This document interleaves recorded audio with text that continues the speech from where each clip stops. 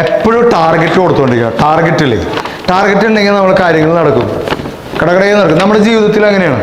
ഞങ്ങളുടെ എൻ്റെ വീടിൻ്റെ അടുത്ത് ഒരു കാർത്യായനി ചേച്ചി ഉണ്ട്. കാർത്യായനി ചേച്ചിയുടെ എന്നത്തെയും പരാതിയാണ്, സമയമില്ല, TV കാണാൻ സമയമില്ല, ജീവിതം ആസ്വദിക്കാൻ പറ്റുന്നില്ല, എല്ലാം. ഞാനിങ്ങനെ രാവിലെ 6 മണിക്ക് എഴുന്നേറ്റ് വൈകുന്നേരം വരെ പണി തന്നെ പണി.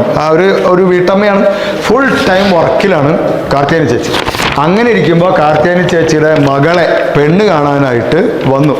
അവർ പറഞ്ഞു, ഞങ്ങൾ രാവിലെ 9 മണിക്ക് ഞായറാഴ്ച വരും, ഓക്കെ, അരമണിക്കൂറിൽ ഇറങ്ങും, ഞങ്ങൾക്ക് ഗുരുവായൂർ അമ്പലത്തിൽ പോകണം, അതുകൊണ്ട് 9 മണിക്ക് റെഡി ആവണം കേട്ടോ എന്ന് പറഞ്ഞു. കാർത്യായനി ചേച്ചി അന്ന് ഇതേപോലെ തന്നെ 6 മണിക്ക് കുറച്ച് മുമ്പ് എഴുന്നേറ്റു, പടപടേന്ന് വർക്കൊക്കെ തീർത്തു, എല്ലാവരെയും തട്ടി വിളിച്ചു,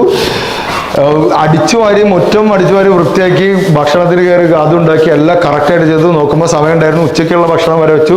ഇവർക്ക് രാവിലെ ഈ വരുന്നവർക്ക് കൊടുക്കാനുള്ള ഭക്ഷണമൊക്കെ വെച്ച് റെഡിയായി. 8:30 ആകുമ്പോൾ കാർത്യായനി ചേച്ചി കുളിക്കാൻ കയറി, കുളിച്ചു, ഡ്രസ്സ് മാറി വന്നു. 9 മണിയാകുമ്പോൾ കാർത്യായനി ചേച്ചി സെറ്റ്. അവർ വന്നു, പെണ്ണ് കണ്ടു, അരമണിക്കൂറിൽ അവർ പോയി കഴിഞ്ഞപ്പോൾ കാർത്യായനി ചേച്ചി ഫ്രീ ആയി.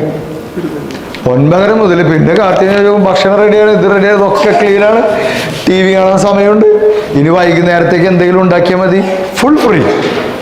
ഇതൊക്കെ നമ്മളെ വീട്ടിൽ നടക്കുന്നതല്ലേ. കാർത്തിക ചേച്ചി അതേ വീട്, അതേ പണി, പക്ഷെ 9 മണിക്ക് തീർക്കണം എന്നുള്ള ടാർഗറ്റ് ഉണ്ടായപ്പോൾ കാർത്തിക ചേച്ചിയുടെ വർക്ക് നടന്നു. ഇതന്നെയാണ് ജീവിതത്തിലും. നമുക്ക് 2 മണിക്കൂർ കൊണ്ട് തീർക്കാനുള്ള ഒരു വർക്കുണ്ട്, പക്ഷെ നമ്മുടെ അടുത്ത് 6 മണിക്കൂർ സമയമുണ്ടെങ്കിൽ നമ്മളത് 6 മണിക്കൂർ കൊണ്ടേ തീർക്കൂ. അങ്ങനെ ഒരു നിയമമുണ്ട്.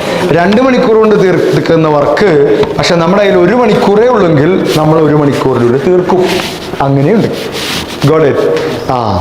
ഇതാണ് ഈ സമയത്തിലേക്ക് ഇങ്ങനെ സ്പ്രെഡ് ചെയ്യും നമ്മൾ. അപ്പോൾ എപ്പോൾ വർക്ക് ചെയ്യുമ്പോഴും ടാർഗറ്റ് ചെയ്തിട്ട് വർക്ക് ചെയ്യണം എന്നാണ് പറഞ്ഞത്.